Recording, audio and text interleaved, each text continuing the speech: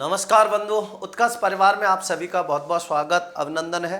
मैं सहदेव चौधरी आप सभी को नमस्कार करता हूं। सभी प्यारे भाई बहन ठीक होंगे, सुरक्षित होंगे।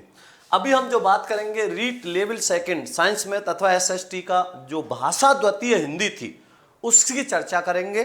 बड़े ध्यान से और पूर्ण मनोयोग से समझना है। मैं कलम से किताब लिखता हूं तो किताब लिखने का साधन क्या है? यहाँ कलम है। और जहां पर साधन का बोध हो जाता है वहां पर कौन सा कारक होता है? करण कारक होता है, इसलिए इसमें करण कारक होगा। प्रश्न है कि हस्तलिखित शब्द में कौन सा समास है? हस्तलिखित हाथ से या हाथ के द्वारा लिखित है, और से या के द्वारा का बोध किस में होता है? करण तत्पुरुष में होता है। तो हस्तलिखित में करण तत्पुरुष समास होगा, विकल्प उत्तर होगा। हम पंछी उन्मुक्त गगन के पिंजर बंद न गा पाएंगे, कनक तीलियों से टकराकर पुलकित पंख टूट जाएंगे, स्वर्ण श्रृंखला के बंधन में अपनी गत उड़न सब भूले, बस सपनों में देख रहे हैं तरुकी फुनगी पर के झूले, हम बहता जल पीने वाले मर जाएंगे भूखे प्यासे, कहीं बली है कटुक निबोरी कनक कटोरी की मैदा से। अब इसमें देखिए क्या कहा जा रहा है कि उपयुक्त कविता का केंद्रीय भाव क्या है? स्वातंत्र्य प्रेम। इसका जो केंद्रीय भाव है वो क्या है? स्वातंत्र्य प्रेम है। तो विकल्प ये उत्तर होगा। प्रश्न है कहीं बली है कटुक निबोरी कनक कटोरी की मैदा से। पंक्ति में कौन सा अलंकार है? तो यहाँ क वर्ण की क्या हो रही है? पुनरावृत्ति हो रही है। तो जाहिर सी बात है कौन सा अलंकार हो जाएगा? अनुप्रास अलंकार हो जाएगा। कौन सा अलंकार होगा? अनुप्रास अलंकार होगा। स्वर्ण श्रृंखला के बंधन में अपनी गति उड़ान सब भूले। पंक्ति में स्वर्ण श्रृंखला किसे कहा गया है? स्वर्ण रूपी श्रृंखला। स्वर्ण श्रृंखला का मतलब क्या है? कि वैभव और विलास से युक्त गुलामी को। अब जो वैभव और विलास से युक्त जो गुलामी होती है वो देखने में तो क्या है? अच्छी होती है, लेकिन उसका परिणाम बहुत बुरा होता है। तो इसलिए उत्तर कौन सा हो जाएगा? विकल्प ए उत्तर हो जाएगा। निम्न में से तद्भव शब्द है। अब स्वर्ण, कटुक और किरण तीनों तत्सम है, और पक्षी तत्सम का तद्भव रूप क्या बना है? पंछी बना है। तो पक्षी तत्सम है, पंछी तद्भव है, बाकी तीनों तत्सम है। विकल्प भी उत्तर होगा। गद्यांश को पढ़ेंगे कि इतिहास प्रमाणित कर देता है कि ऐसे दासत्व बहुत काल के उपरांत एक अद्भुत संहारक शक्ति को जन्म देते हैं जिसकी बाढ़ को रोकने में शक्तिशाली भी समर्थ नहीं हो सके। मनुष्य स्वभावतः जीवन से बहुत प्यार करता है, परंतु जब सहयोगियों के निष्ठुर उत्पीड़न से यह नितांत दुर्व्यय उठता है तब उसकी ममता घोरतम विरक्ति में परिवर्तित हो जाती है।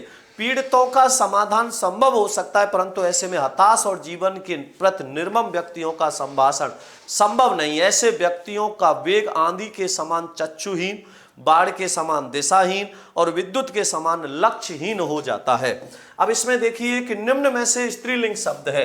ममता स्त्रीलिंग शब्द है। मनुष्य, निष्ठुर और सबल क्या होते हैं? पुल्लिंग होते हैं। पूछ रहा है कि संहारक शब्द में कौन सा संधि विच्छेद होगा? तो समधनहारक होगा। अब मैं के बाद में क्या जाए? मैं के बाद में क्या जाए? ये रे लेव तीनों से या है वर्ण आ जाए तो मैं का केवल अनुस्वार बनता है, इसलिए ये कौन सी संधि होगी? व्यंजन संधि होगी। कौन सी संधि होगी? व्यंजन संधि होगी। समधनहारक संहारक मारने वाला होता है। निम्न में से कौन सा विकल्प जातिवाचक संज्ञा से भाववाचक संज्ञा बनने का है? अब शून्य से शून्यता, उत्पीड़न, उपयोगिता और दासत्व। अब दास क्या है?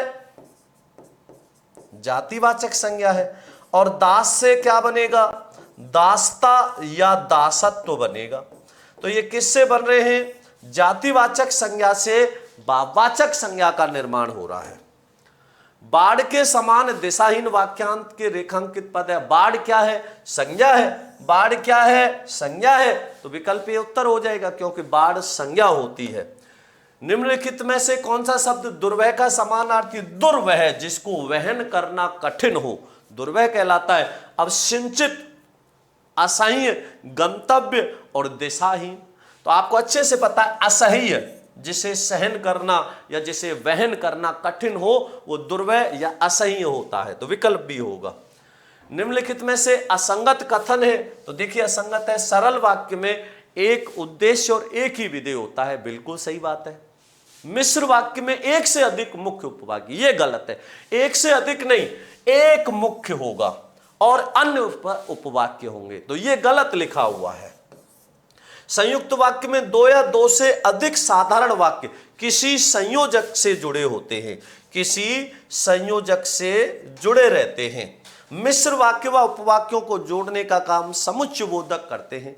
और समुच्चयबोधक अब आप अच्छे से जानते हो, और, तथा, एवं, किंतु, परंतु, लेकिन, या, अथवा, इसलिए कि, मानो, ये होते हैं। तो उत्तर विकल्प भी गलत लिखा हुआ है, क्योंकि मिश्र वाक्य में एक प्रधान उपवाक्य और अन्य उस पर आश्रित होते हैं।